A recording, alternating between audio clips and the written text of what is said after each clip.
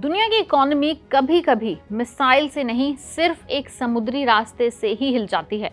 एक ऐसा narrow root जहां अगर टेंशन बढ़ जाए तो दिल्ली से न्यूयॉर्क सब जगह पेट्रोल महंगा हो सकता है, फ्लाइट्स कॉस्टली हो सकती हैं, इन्फ्लेशन एक्सप्लोड कर सकता है और पूरी दुनिया रिसेशन की एज पर भी आ सकती है। अब एक ग्लोबल वार्निंग सामने आई है कि अगर स्ट्रेट ऑफ हॉर्मूज ज्यादा वक्त तक बंद रहा तो जल्द ही क्रूड ऑयल $200 पर बैरल तक भी पहुंच सकता है। यानी सिर्फ मिडिल ईस्ट का वॉर नहीं, ये हर कॉमन सिटीजन की पॉकेट, एवरी कंट्री की इकोनॉमी और दुनिया के फ्यूचर एनर्जी सिस्टम की फाइट बन चुका है।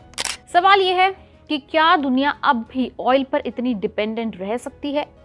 बता दें कि फरवरी से शुरू हुआ वेस्ट एशिया कॉन्फ्लिक्ट अब ग्लोबल एनर्जी क्राइसिस का शेप लेते दिख रहा है। इन्वेस्टर्स पैनिक मोड में ऑलरेडी आ चुके हैं, गवर्नमेंट्स अलर्ट पर हैं और एक्सपर्ट्स वार्न कर रहे हैं कि अगर सिचुएशन कंट्रोल में नहीं आई तो इन्फ्लेशन और इंटरेस्ट रेट दोनों फिर से डेंजरस लेवल तक पहुंच सकते हैं और इसका इम्पैक्ट मार्केट में ऑलरेडी क्लियरली दिख भी रहा है। कॉन्फ्लिक्ट के अर्ली फेज में ब्रेंट क्रूड अराउंड $70 पर बैरल के आसपास ट्रेड कर रहा था, लेकिन जैसे जैसे टेंशन्स एस्केलेट हुई, ऑयल प्राइसेस स्पाइक होने लगे। कुछ सेशंस में क्रूड ऑयल लगभग $105 से $110 तक के जोन में भी पहुंच गया और मार्केट वॉलेटिलिटी इतनी ज्यादा थी कि ब्रेंट ने ब्रीफली $126 पर बैरल के लेवल को भी टच किया। यानी सिर्फ कुछ ही हफ्तों में क्रूड प्राइसेस में नियरली 50% तक की रैली यानी इजाफा देखने को मिला। और एक्सपर्ट्स का मानना है कि अगर जियोपॉलिटिकल टेंशन और बढ़ने लगे तो ये सिर्फ शुरुआत ही है।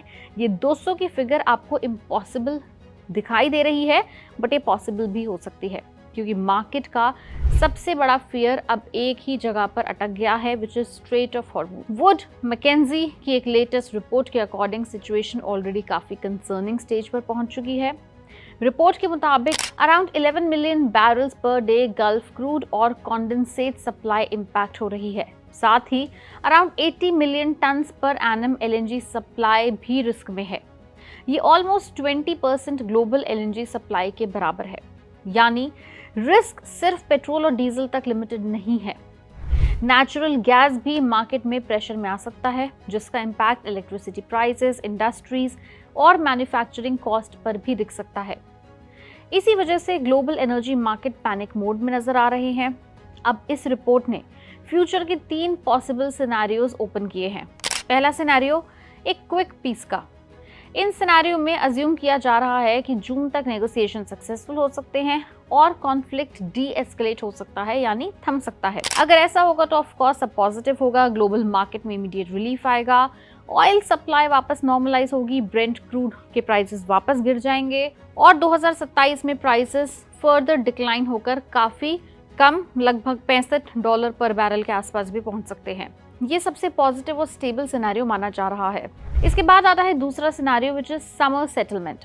इस सिचुएशन में नेगोशिएशन लेट समर तक कंटिन्यू रह सकते हैं, straight of Hormuz largely disrupted भी रह सकता है। अगर ऐसा होता है तो of course oil and LNG shortage 2026 के तीसरे क्वार्टर तक कंटिन्यू रह सकती है, ग्लोबल इन्फ्लेशन शार्पली राइज कर सकती है, central bank interest rate hike कर सकते हैं और ग्लोबल इकोनॉमी शैलो रिसेशन की तरफ भी जा सकती है। इसका चेन रिएक्शन बहुत डेंजरस हो सकता है और काफी लॉन्ग टर्म के लिए भी हो सकता है। अब बात करते हैं सबसे डेंजरस सिनेरियो की। तीसरा scenario which is extended disruption, यानी वर्स्ट केस सिचुएशन। इस सिनेरियो में स्ट्रेट ऑफ हॉर्मूज 2026 के एंड तक लार्जली क्लोज्ड या हेवीली डिसरप्टेड रह सकता है। अगर ऐसा होता है तो ग्लोबल ऑयल मार्केट में हिस्टोरिक शॉक देखने को मिलेगा। रिपोर्ट के मुताबिक क्रूड ऑयल प्राइसेस $200 पर बैरल तक पहुंच सकते हैं। ग्लोबल इकोनॉमी साल 2026 में अराउंड 0.4% तक कॉन्ट्रैक्ट भी कर सकती है और इंटरेस्टिंगली ऑयल डिमांड गिरने के बावजूद प्राइसेस स्काई रॉकेट भी रह सकते हैं। ये कॉन्ट्रडिक्शन लग सकता है, डिमांड कम हो रही है फिर भी प्राइसेस कैसे बढ़ रहे हैं? क्योंकि प्रॉब्लम डिमांड की है ही नहीं, प्रॉब्लम है सिर्फ सप्लाई की। जब सप्लाई चेन कोलैप्स होने लगती है और मार्केट में फियर डोमिनेट करता है, तब प्राइसेस फंडामेंटल से ज्यादा पैनिक की तरफ मूव करते हैं। अब सबसे इंपॉर्टेंट सवाल ये है कि इंडिया पर इसका क्या इम्पैक्ट पड़ सकता है। तो बता दें कि इंडिया दुनिया का सबसे बड़ा ऑयल इंपोर्टर में से एक है। हम अपनी मेजॉरिटी ऑयल रिक्वायरमेंट्स इंपोर्ट के थ्रू फुलफिल करते हैं। अगर क्रूड ऑयल प्राइसेस 80 से $200 तक पहुंच गए तो आप खुद ही समझ सकते हैं कि सिचुएशन हर व्यक्ति के लिए, इवन सरकार के लिए कितनी चैलेंजिंग हो सकती है।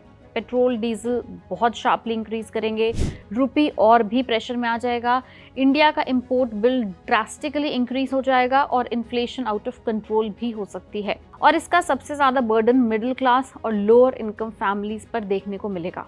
लेकिन हर मेजर क्राइसिस एक ग्लोबल शिफ्ट भी ट्रिगर करता है। वुड मैकेंजी का मानना है कि अगर डिसरप्शन प्रोलॉन्ग्ड रहा तो दुनिया रिन्यूएबल और ऑल्टरनेटिव एनर्जी की तरफ और अग्रेसिवली मूव कर सकती है।